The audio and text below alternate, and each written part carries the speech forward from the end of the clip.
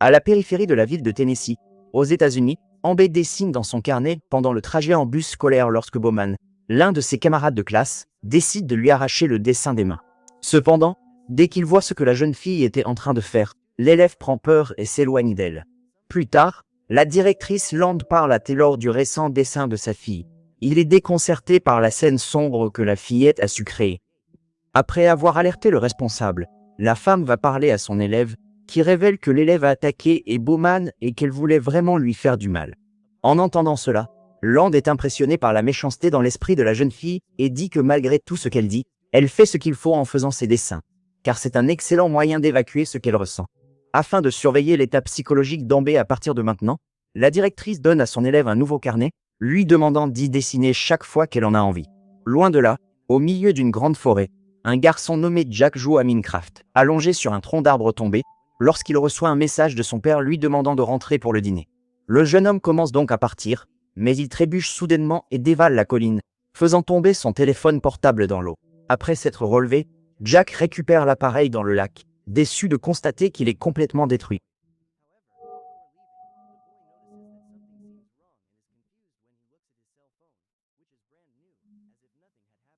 Malgré cela, Jack rentre chez lui comme d'habitude, où il mange une pizza avec son père et sa sœur.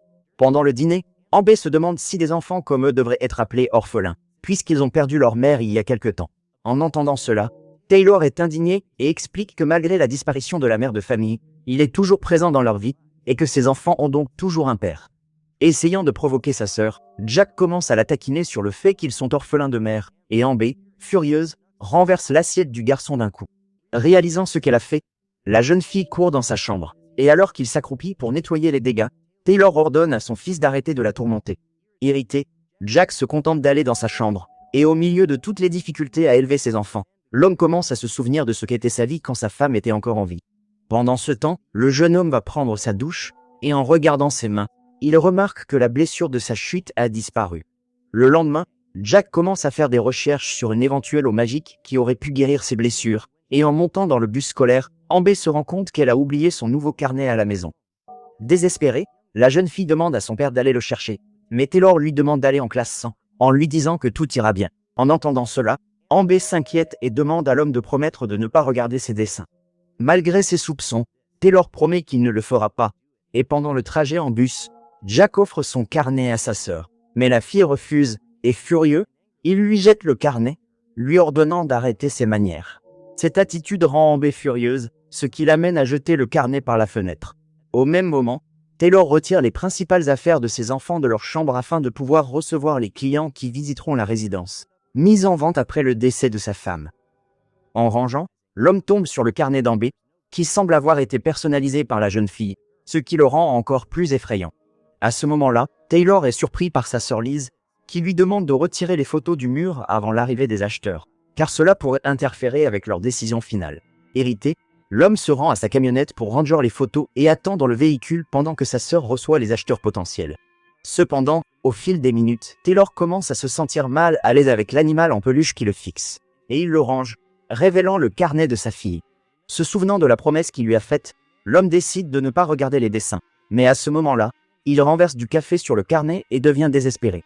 Taylor rentre vite dans la maison pour nettoyer, mais voyant que ça ne marche pas, il ouvre la valise avec les affaires de sa femme.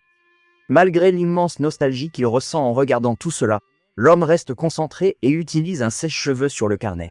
En essayant de sécher les pages, Taylor finit par se brûler la jambe avec l'appareil, ce qui fait tomber le carnet par terre et lui révèle tous les dessins. L'homme est sous le choc, et plus tard, les frères et sœurs rentrent à la maison, et ils découvrent qu'Amber s'est encore attiré des ennuis après s'être dessiné des tentacules sur les bras. Fatigué de tous ces problèmes, Taylor ordonne à sa fille de lui remettre tout son matériel de peinture. Indigné, Amber se rend dans sa chambre et demande pourquoi son carnet est sale, réalisant que son père a regardé ses dessins. La jeune fille laisse alors ses fournitures de peinture dehors, et peu après, Taylor vient lui demander de l'accompagner à la camionnette, car Liz va rencontrer un autre acheteur potentiel pour la maison. Ce faisant, l'homme remarque que sa fille est toujours en train de dessiner, et après avoir confisqué ses crayons de couleur, il observe la scène dessinée par Amber, qui représente son père dévoré par des centaines d'araignées. Quelques minutes plus tard, alors qu'il attend dans le véhicule, Taylor tente de s'excuser auprès de sa fille, qui l'accuse de n'avoir jamais prêté attention aux dessins qu'elle lui montrait. Après avoir entendu cela, l'homme s'énerve et interrompt une nouvelle fois la visite pour aller chercher une grande boîte, révélant qu'il a toujours gardé tous les dessins d'Amber. Réalisant que son père se soucie vraiment de son bien-être, la jeune fille saute sur le siège avant et dit qu'elle lui montrera ses dessins s'il promet de ne pas paniquer. Taylor accepte et Amber commence à révéler tout ce qu'elle a fait dans son carnet, où elle a créé des dizaines de monstres sinistres qui éliminent les gens de diverses manières. Cela inquiète de plus en plus l'homme, et peu après, la jeune fille lui montre le dessin du tatouage de sa défunte mère. Ému que sa fille s'en souvienne encore, l'homme fait l'éloge du dessin, disant que malgré tout, Amber est très créative. Pour faire face à tout cela, Taylor a une idée, et après avoir collé un des anciens dessins de la jeune fille dans le carnet, il explique que l'équilibre entre le bien et le mal est le moyen d'apaiser son état psychologique.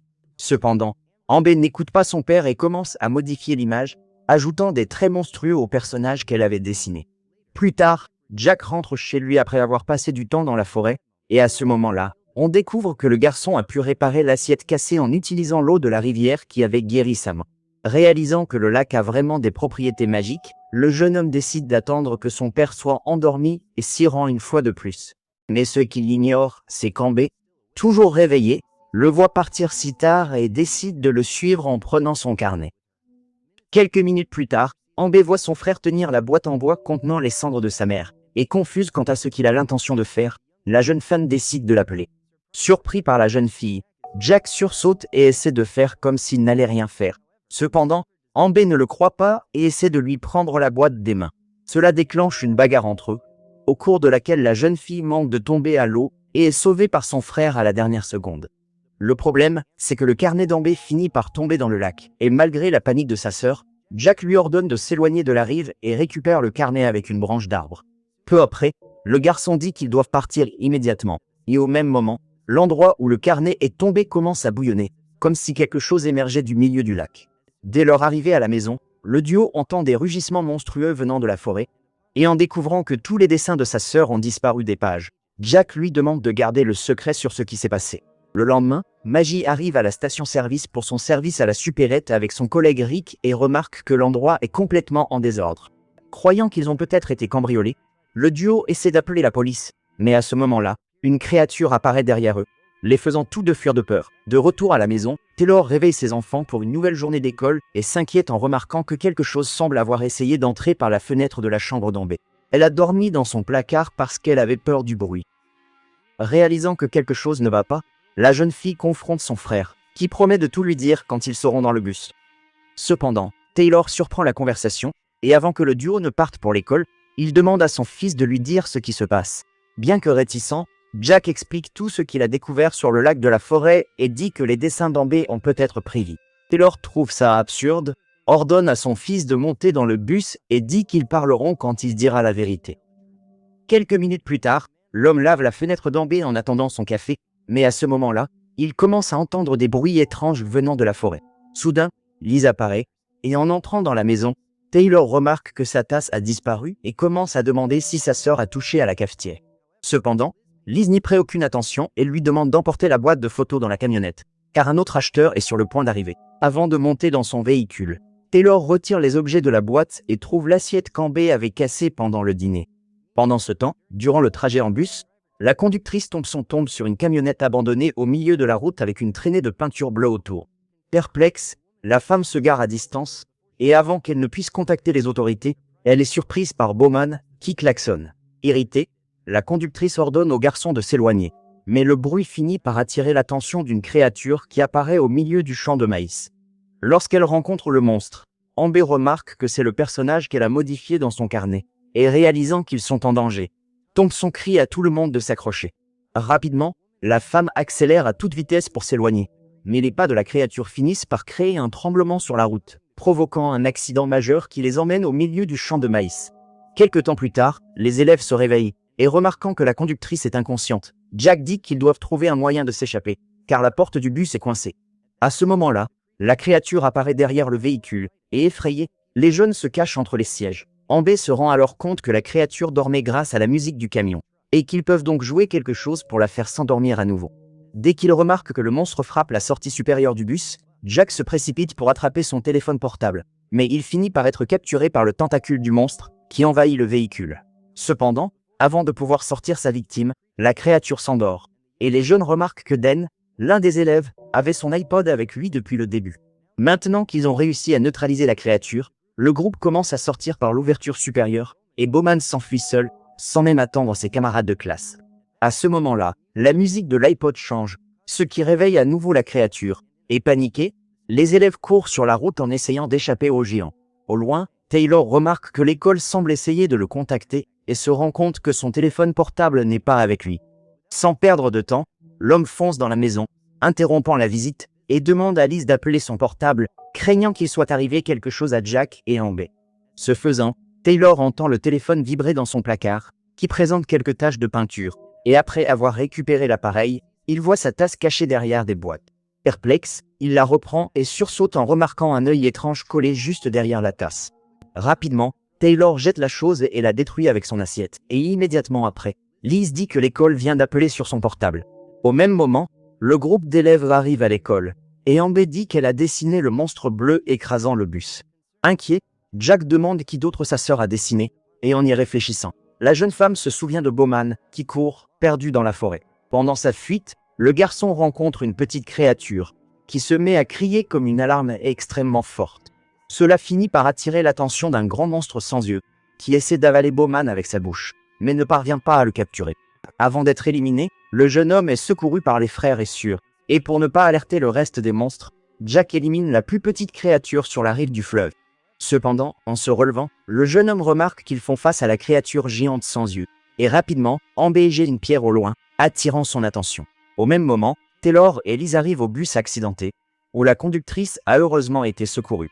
Le problème, c'est qu'on a retrouvé seulement 2 élèves, mais Jack, Amber et Bowman sont toujours disparus. Liz demande alors si les jeunes pourraient être en train de rentrer chez eux, et en entendant cela, Taylor commence à paniquer. Essayant d'empêcher ses enfants d'être attaqués, l'homme rentre chez lui en voiture, mais en chemin, ils finissent par heurter un animal qui traversait la rue. En sortant du véhicule, Taylor et Liz découvrent des éclaboussures de peinture sous le pare-choc. Et en se relevant, le duo est surpris par le chat de la couverture du carnet d'Amber, qui libère un nuage de peinture sur leur visage. Bien qu'il ne souhaite pas attaquer les adultes, l'animal révèle sa forme monstrueuse, et après avoir projeté le véhicule au loin, il s'en va. Le duo essaie alors de partir à pied, et à mi-chemin, il tombe sur une créature géante debout au sommet des pylônes électriques et s'enfuit, terrorisé. En ville, les frères et sœurs arrivent à la maison avec Bowman, sans même remarquer qu'une des fenêtres a été complètement détruite par une créature. Réalisant que leur père n'est pas là, Amber commence à désespérer, et en voyant le matériel de dessin de sa sœur, Jack a une idée. Pendant ce temps, devant le lac de la forêt, une créature déguisée s'approche de l'eau et sort un carnet de son sac à dos pour commencer à dessiner. Au fil des minutes, le chaos commence à se répandre dans toute la ville. Et pendant que Bowman regarde les informations d'urgence, Jack appelle tout le monde pour voir son nouveau dessin, qui consiste en une arme suprême capable de vaincre tous les monstres. Maintenant qu'ils ont un prototype pour inverser la situation, le trio s'équipe de leur armure et de diverses armes à eau. Mais avant de partir, Amber dit qu'elle doit aller aux toilettes. Le problème est que Bowman doit faire de même et essaie de trouver une autre salle de bain dans la maison. Mais lorsqu'il entre dans la chambre de Taylor, le garçon se retrouve face à des milliers d'araignées partout et ferme la porte. Malgré cela, certaines des créatures finissent par se coller au corps du jeune homme, et Jack se précipite pour les éliminer. Quand Amber sort de la salle de bain, elle prend peur et ouvre la porte de la chambre de Taylor, libérant tous les insectes maléfiques restants. Rapidement, Jack attrape son pistolet à eau pour protéger sa sœur et commence à combattre les monstres pendant que Bowman court dehors. Complètement désespérée, Amber se jette dans la baignoire, et après de nombreux efforts, elle parvient à ouvrir le robinet, détruisant toutes les araignées. Peu après, Bowman apparaît par la fenêtre et utilise le tuyau d'arrosage pour éliminer toutes les créatures de la maison avec l'aide de ses camarades. Quelque temps plus tard, Taylor et Liz arrivent à la résidence et trouvent l'endroit extrêmement sale et détruit, mais sans aucun signe des enfants. Après cela, l'homme entend frapper à la fenêtre d'Amber, et en s'approchant, le duo tombe sur le papillon dessiné par la jeune fille et décide de le suivre. Au milieu de la forêt, Amber commence à se disputer avec son frère, et fatigué de tout cela, il l'accuse d'être responsable de tout ce qui se passe. La jeune fille en reste sans voix, et pour rester concentré, Jack continue de marcher seul, ce qui le mène au territoire où les araignées ont apporté tous les objets qu'elles ont volés dans la ville. Peu après, le garçon tombe sur une créature mystérieuse assise au bord du lac et découvre que cette chose est capable de créer d'autres monstres avec ses propres dessins. Rapidement, Jack prend le dessin de l'arme spéciale, mais en se retournant, il remarque qu'il est observé. et la peur lui fait lâcher le papier, qui est trouvé et détruit par la créature. Après cela, les jeunes se retrouvent, et Amber révèle que c'est le premier monstre qu'elle a créé, et que pour cette raison, il est peut-être beaucoup plus puissant. Par conséquent, le trio arrive à la conclusion qu'ils doivent dessiner une nouvelle arme pour vaincre la horde de créatures, et ils réalisent qu'ils devront voler les stylos du sac du monstre à capuche. Bowman court alors pour le distraire, mais lorsqu'il rencontre le garçon, le monstre pousse un puissant rugissement, appelant des dizaines de créatures pour éliminer sa cible. Paniqué, Bowman court dans la forêt pour trouver une cachette. Après avoir demandé à Amber de finir vite son dessin, Jack part l'aider.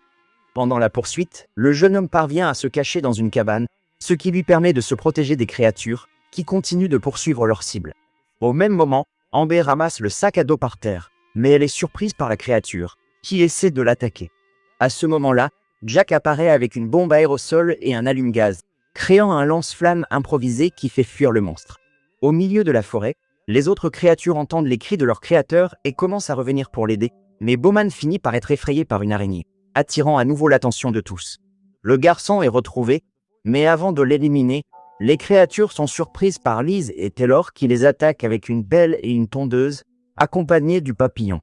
Sur la rive, Amber essaie de dessiner, mais aucun stylo ne marche et au même moment, Jack trébuche. Cela fait que le monstre de crayon grimpe sur son corps, et comme sa tête fond, il éclabousse le visage du garçon de plusieurs gouttes bouillantes, réussissant à le désarmer. Avant que son frère ne soit achevé, Amber apparaît devant la créature et l'attaque avec plusieurs tentacules sortant de ses bras. Projetée à terre, la fille écrase le bras de son ennemi. Fou de rage, le monstre parvient à la capturer. Cependant, Amber affirme qu'elle n'aurait pas peur de son propre dessin, et avant que sa sœur ne soit éliminée, Jack frappe la créature d'un puissant coup de son épée magique. Soudain, Bowman apparaît, tenant l'arme magique qu'il avait dessinée plus tôt. Perplexe, Amber demande où Jack a trouvé cette épée, et il répond qu'il a pris un morceau d'un des vieux dessins que sa sœur avait fait il y a de nombreuses années. À ce moment-là, Taylor arrive sur les lieux et est surpris de voir Amber détruire l'une des créatures avec une facilité extrême en utilisant ses tentacules. Peu après, la boîte de vieux dessins tombe du ciel, et Amber dit que quelque chose d'incroyable est sur le point de se produire. Soudain, un immense nuage de poussière magique recouvre toute la région, et au même moment, Jack observe le spectacle des étoiles sortant du lac. À proximité, alors qu'elle combat courageusement les créatures, Liz reçoit l'aide de plusieurs cœurs vaillants, qui commencent à effrayer les créatures, les faisant fuir. La grande explosion magique du lac disperse les étoiles dans toute la ville, permettant au joyeux dessin d'Amber de commencer à combattre les monstres maléfiques. Pendant ce temps, Jack sort de son sac à dos la boîte contenant les cendres de sa mère, et avant de pouvoir agir, il est surpris par son père, qui essaie de le réconforter après tout ce qu'ils ont traversé dans leur vie. Cependant, en s'approchant, Taylor remarque que la boîte a été partiellement détruite pendant l'affrontement, et il serre son fils et Amber dans ses bras, en disant que tout ira bien à partir de maintenant. Quelque temps plus tard, après avoir dit au revoir à leur père, les frères surmontent dans le bus avec leur nouvel ami Bowman pour une autre journée d'école, et Amber est tout excitée en dessinant une nouvelle version du papillon de sa mère dans son nouveau carnet de dessin. Alors, quel est votre avis sur ce film? Laissez un commentaire pour nous le dire. Et si la vidéo vous a plu, likez et abonnez-vous pour d'autres résumés. À la prochaine.